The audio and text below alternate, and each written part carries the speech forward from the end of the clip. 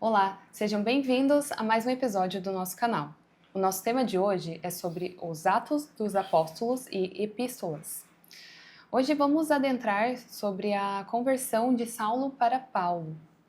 Saulo era um perseguidor dos cristãos e em um determinado momento no caminho para Damasco, ele vivencia uma experiência com Cristo, onde ele fica cego, por 3 dias e acaba que logo após, ele começa a pregar o conhecimento, do cristianismo ali no seu trabalho interno. E se a gente for analisar de uma forma literal, a gente não consegue compreender isso de um primeiro momento, mas se trazer a simbologia, podemos ver uma pessoa que ainda estava guerreando e negando esse Cristo dentro desse batalhar dos opostos, sem consciência e sem analisar as suas consequências ali num primeiro momento. Mas quando ele tem essa vivência, ele consegue fazer algo transformador. Como vocês veem essa passagem?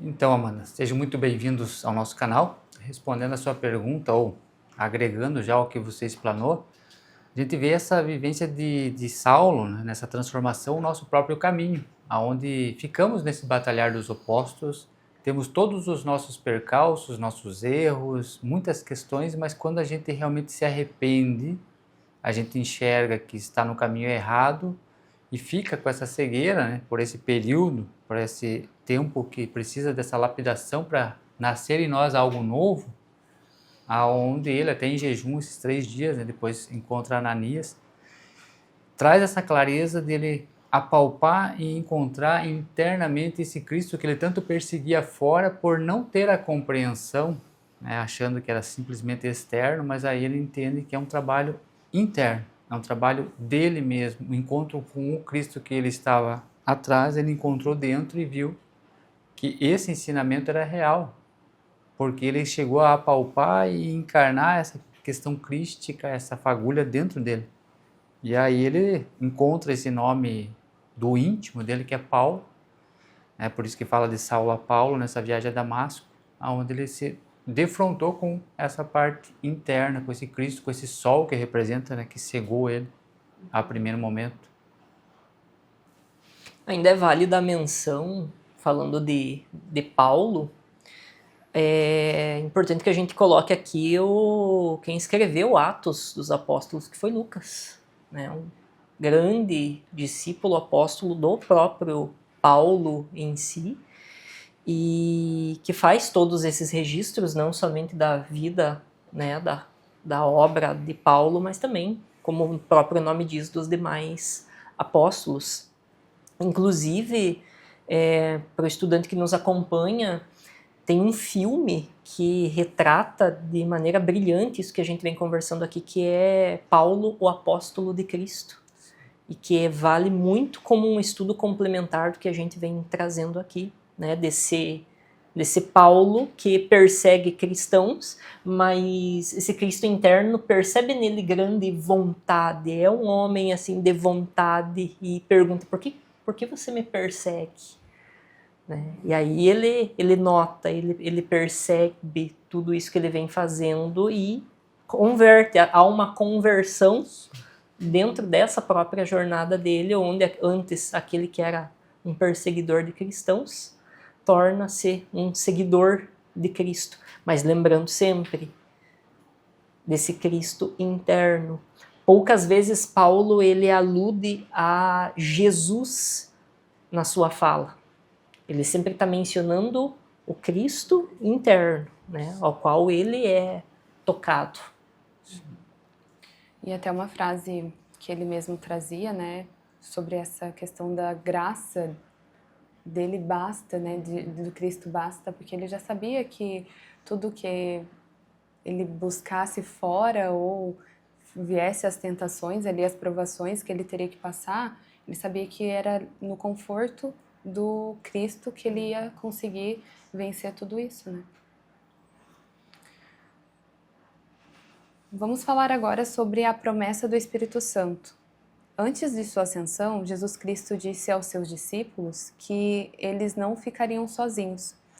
Ele prometeu que o Espírito Santo viria como consolador para aqueles que seguissem seus ensinamentos. Essa promessa se cumpre no evento conhecido como Pentecostes, que é quando o Espírito Santo desce sobre os discípulos. Este evento do Pentecostes ele ocorre há 50 dias após a Páscoa, e depois da ressurreição do Cristo. E foi neste evento que os discípulos receberam o Espírito Santo em forma de línguas de fogo e começaram a falar em línguas, despertando esse verbo. A promessa seria somente para os discípulos? Se aplicaria somente para eles essa promessa?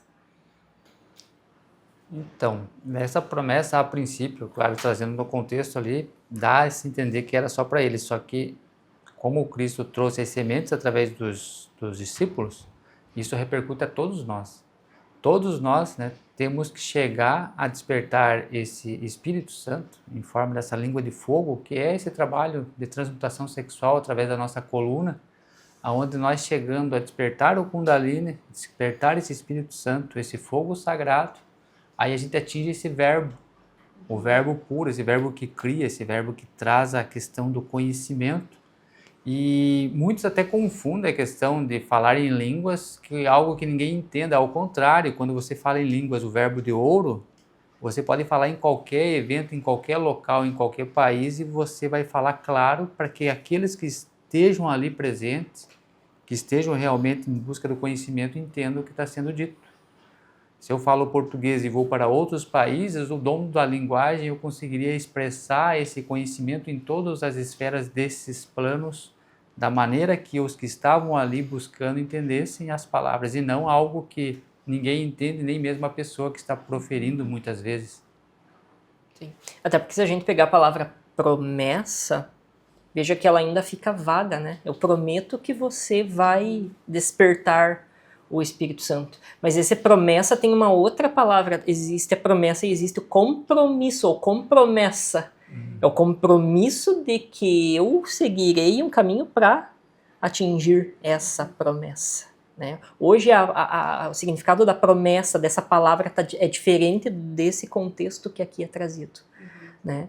Jesus Cristo, ele inclusive traz uma promessa para todos nós através da obra dele. Desde que eu tenha promessa ou compromisso de seguir aquilo que de fato ele nos ensinou. Porque daí isso deixa uma janela, né? Que se eu ouço isso, é uma promessa, então não preciso fazer nada, né? Porque já foi me prometido um reino ou qualquer outra coisa, né? Que o pensamento, na verdade, se apega a isso, né? Isso mesmo, porque a princípio parece ser só para os apóstolos, né? Só para os que estão juntos, mas aí a gente sabe que se estende porque os apóstolos vão levar isso. Sim.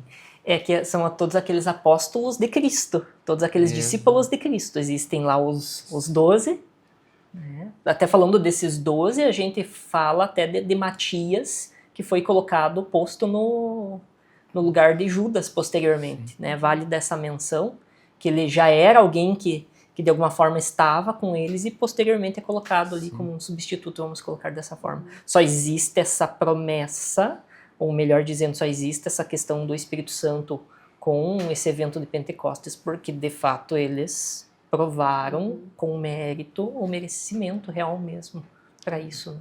E muito bem colocado, né, pelo Lincoln, porque todo aquele que pega essa palavra, que encarna esse verbo, ele é um apóstolo de Cristo, desse Cristo interno. Então, trazendo para nós aqui, porque não adianta a gente ficar preso nas questões de outrora se não entendermos aqui como usar isso. Então, uma vez eu tendo esse conhecimento, tendo esse verbo, eu me torno um apóstolo de Cristo e eu vou fazendo com que essa promessa se cumpra. E Aracides, foi a partir desse momento do Pentecostes que se deu origem à igreja cristã? Então, Amanda, antes eu quero pegar aquela pergunta que você fez ali, que o Sidney fez uma entrada em relação a ela, dessa promessa, né, que somente para os discípulos ou para todos. Até como o Lincoln colocou, desse compromisso, no sentido, claro, a gente vai trazer para a gnose, porque para eu chegar a ter esse Pentecostes, ou seja, se encarnar esse Espírito Santo, eu vou ter que estar fazendo um trabalho anteriormente. E esse trabalho, claro, no sentido sexual, é a transmutação sexual, para que eu chegue e num momento onde o terceiro Logos, que é a Mãe Divina, que é o Kundalini com todo o seu poder, ela faça o quê? Ela faça com que o nosso quinto chakra aqui, ele seja fecundado. A partir desse momento dessa fecundação, aí nós adentramos no contexto dessas línguas de fogo, que é a própria verdade em si, onde nos concede o poder de servir como guia dentro daquilo que eu aprendi. Então eu me coloco como igreja. Claro que eu não vou olhar para essa igreja num sentido físico e como meu próprio templo, onde tem uma base. Então Pedro, como é uma pessoa ligada à questão sexual, então claro que teria que vir através dele. E outra questão, o que declara a pregação de Pedro citada em Atos dos Apóstolos? Então, Pedro, né, como foi a partir da pregação dele que surgiu, melhor aconteceu o Pentecostes ali, que, né, desse compromisso cumprido pelos apóstolos, onde realmente essa energia do Kundalini fecundou o verbo. Pedro, ele se colocou nessa condição de alguém, como falei, guia, aonde ele veio totalmente centrado no Cristo, onde ele veio trazendo como chegar a esse Pentecostes, ou seja, como realmente encarnar esse Espírito Santo, que era como? Através da morte, também através da ressurreição e também a exaltação do caminho do Cristo. Porque se nós não morremos e com essa morte, o próprio Pedro ensina a questão da transmutação, nós não ressuscitaremos.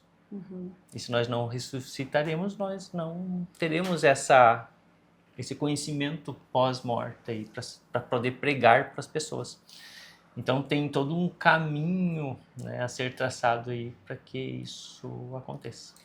E é até importante, né, porque Pedro, como trazendo essa questão da pedra, a questão do sexo, é que tem a chave dos céus na mão, né? Ele tem a chave do céu ali, e é só através de Pedro, né? Por isso que fala São Pedro, porque sem o início na vida sexual, sem essa transição sobre essa pedra angular, não tem como fazer esse trabalho, não tem como despertar esse Espírito Santo.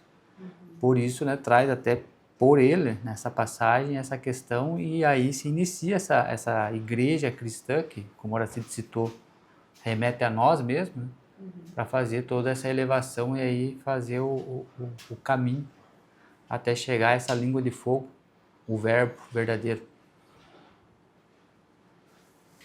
E seguindo com essa promessa de Pedro, observamos que surgiram os verdadeiros discípulos, os quais falavam através do Espírito Santo.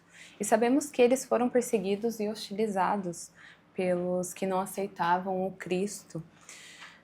Sidney, mas afinal, quem eram esses perseguidores? Então, Amanda, dentro do contexto histórico ali, eram todos aqueles que não aceitavam a Jesus, né, como o Messias, o que trouxe o ensinamento, não aceitavam, e até por hoje tem os judeus e tudo que não aceitaram e estão esperando ainda, e esses que perseguiam eram todos os que estavam contra a questão do Cristo interno, né? Mas trazendo para nós, por nosso dia a dia, esses perseguidores são todos os nossos pensamentos que a todo instante estão nos perseguindo e não deixa a consciência se manifestar, não deixa esse Cristo vir e esse Espírito Santo fazer essa alusão que a gente fala dessas línguas de fogo e alcançar esse verbo. Então os perseguidores estão aqui a todo tempo. São todas as questões das distrações, dos eventos, tudo que a gente encontra de problemas e percalços aqui nos persegue. É claro que ali ele já vem, né, de uma forma figurativa, trazendo no literal o que está acontecendo dentro, para a gente conseguir enxergar nesse espelho macro esses perseguidores atrás desse Cristo, para que ele não faça essa ascensão de forma alguma. Então vamos perseguir ele. E como essa perseguição enfrentada pelos discípulos impulsiona essa expansão desse conhecimento? Eu vejo que essa perseguição, o que acontece? Então, quando você, até no dia a dia a gente vê, né, na mídia, quanto mais se fala, por mais que seja negativo, ele acaba repercutindo de alguma forma para ir buscar aquilo. Dentro desse contexto, quanto mais eles perseguiam, mais os discípulos eles iam se afastando para outras cidades nas fugas e levando conhecimento. E cada vez iam expandindo, fugindo e levando conhecimento. Então, auxiliou dentro dessa expansão do conhecimento através dessas fugas e desses perseguidores. Inclusive, voltando até lá, que no momento em que Jesus ele recebeu o Espírito Santo, então ele começou todo um trabalho ali de servir a essa verdade. E também começaram os conflitos, né, como nós estudamos. Então, quem que são os perseguidores? Aqueles que ainda não aceitam essa verdade. E como é algo do verbo, né, de alguém que está realmente colocando aquilo que ele tem, como eu coloquei, ele essa capacidade que foi concedida a ele de abrir isso, o que está acontecendo no momento não consegue receber aquilo daquela forma e vai surgindo aí os perseguidores. É tão interessante porque, até pegando o que o Aracido citou, porque tem muitos perseguidores que até se disfarçam de seguidores. E a gente vai entendendo que no contexto diário e dentro de várias religiões, de vários contextos, tem muitos disfarçados, que são ovelhas, né, os lobos entre ovelhas, que vêm trazendo mais distorcidas as questões e perseguindo o verdadeiro Cristo e trazendo só o histórico. E aí, trazendo como hereges, ou enfim, como blasfêmia, os que trazem da forma verdadeira e real. Tanto que tem até uma curiosidade dentro da gnose, que tem os escritos de Valentim, que foi um grande gnóstico dos primeiros anos da cristandade, e ele escreveu a respeito de Piste Sofia, escreveu a respeito do demiurgo e de todas essas temáticas, e foi extremamente perseguido pela igreja na época, e tudo que restou das obras, até que encontraram os pergaminhos de Nag Hammadi em 1945, mas tudo que se encontrou das obras de Valentim foi através dos escritos persecutórios da igreja, entende? Então aqueles que tanto perseguiram foram os que auxiliaram na propagação desses ensinamentos, né? Então muitas vezes a pessoa está perseguindo e nem percebe que está auxiliando a desenvolver aquele que ele tanto persegue. Exato. Porque, como o Sidney trouxe, né, esses perseguidores são os nossos próprios pensamentos, mas se a gente conseguir resgatar essa fagulha crítica deles, daí a gente consegue extrair, né, e mostrar para eles o caminho que deve ser percorrido. Que daí é como aconteceu ali na conversão de Saulo para Paulo, né? Lincoln, as viagens missionárias de Paulo e dos apóstolos entregaram a mensagem de Jesus ao mundo, fundando a comunidade e fortalecendo os novos fiéis. Apesar das perseguições e dificuldades, essas missões foram essenciais para a expansão do conhecimento, como a gente já abordou aqui, né? E como você analisa as viagens missionárias nos dias atuais? Essa questão é muito interessante, Amanda, porque a gente vê isso na própria gnose agora renovada pelo mestre Samael, a partir de 1950, que eles também fizeram todo um trabalho missionário para expandir a gnose ao mundo todo. Hoje em dia, até há não muito tempo, eu me perguntei, tá, mas e como que hoje funcionariam? Como que são essas missões hoje? Há necessidade de nós nos deslocarmos fisicamente para diversos locais do Brasil e do mundo?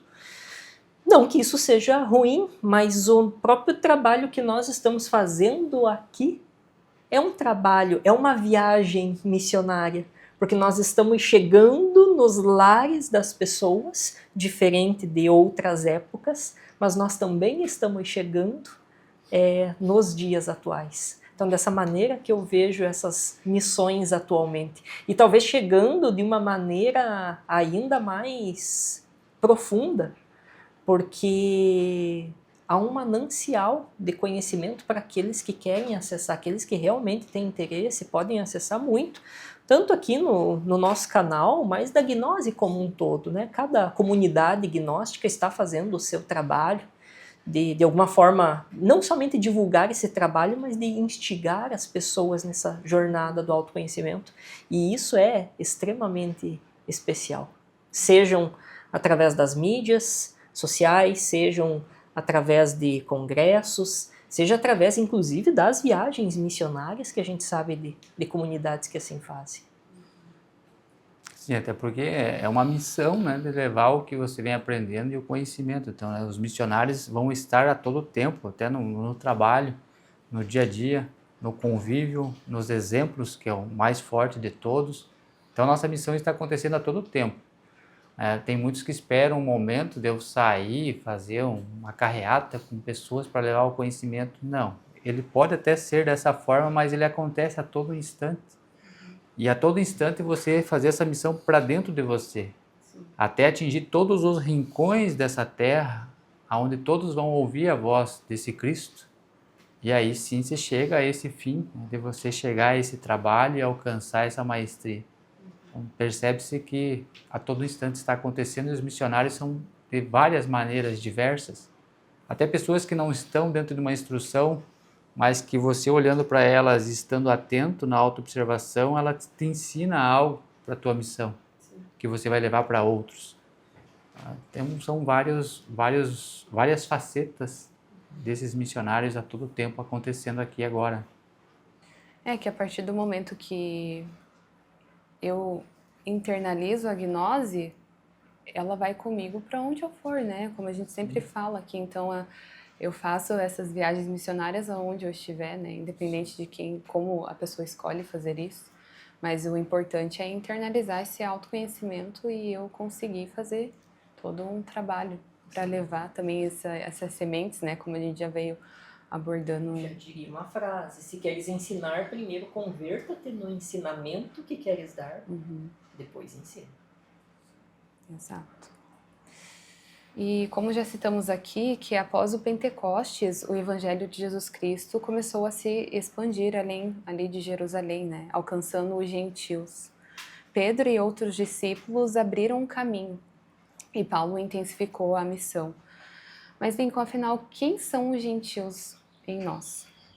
Olha como é legal que dá para pegar o gancho do que o Sidney falava anteriormente, desse trabalho interno com os pensamentos, né? Os gentios não é gentil com L, gentil, é gentio, de gente. Né? É até se olhar, num primeiro instante, até uma forma pejorativa de tratar. Né? Nós temos a nossa comunidade e tem aquelas outras pessoas, aquele gentil. Mas, biblicamente, os gentios eram todos aqueles que não eram israelitas. E aí o próprio Pedro ele fala que Deus ele não faz acepção das pessoas, ou seja, ele não faz distinção. O próprio Cristo mencionava isso nas suas pregações, porque ele pregava para todos aqueles que de alguma forma queriam escutá-lo. E é com base nisso que esse trabalho é expandido além dos limites da própria Israel e vai ao mundo todo. Então, aos gentios, né? Ou seja, as pessoas que estão além das fronteiras ali de Israel, dos próprios judeus em si. Agora, os judeus, ou melhor dizendo, os gentios, né, internamente, eles são esses pensamentos que eles estão mais distantes, num primeiro momento, se a gente colocar dessa forma, da seguinte maneira.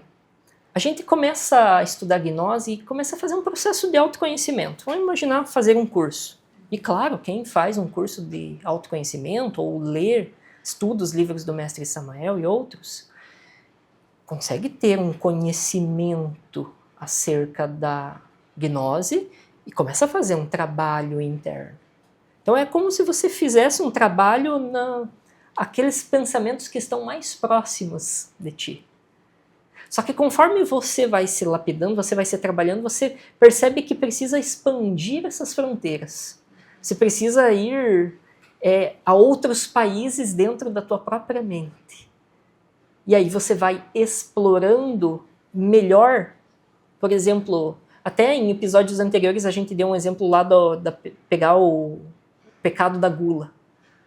Do pecado da gula a gente pode expandir essa missão interna e explorar muitas coisas, conversar com muitos egos, com muitos pensamentos atrelados a esse vício, a esse pecado, e convertê-los, sintetizá-los para um trabalho interno. E esse é o gentil que a gente tem dentro de nós, toda essa gente, todos esses pensamentos que precisam desse Cristo interno e que precisam dessa energia que a gente vai ter dentro dos 3 fatores. E à medida que a gente cresce nesse trabalho, a gente consegue ir expandindo essas fronteiras nesses porões da nossa mente. Porque o trabalho também está ali, né? Como você bem colocou, vai ter que acessar em algum momento esses porões, né? Trazer essa luz a esses pensamentos que estão mais afastados, porque é inevitável, vai ter que passar por isso. Até tem uma questão que, às vezes, principalmente quem está fazendo os estudos conosco na gnose, eles pensam às vezes, pronto, fiz o curso e agora está tudo certo, né? Vou fazer o curso de gnose, então estou bem servido de autoconhecimento. Eu sempre brinco.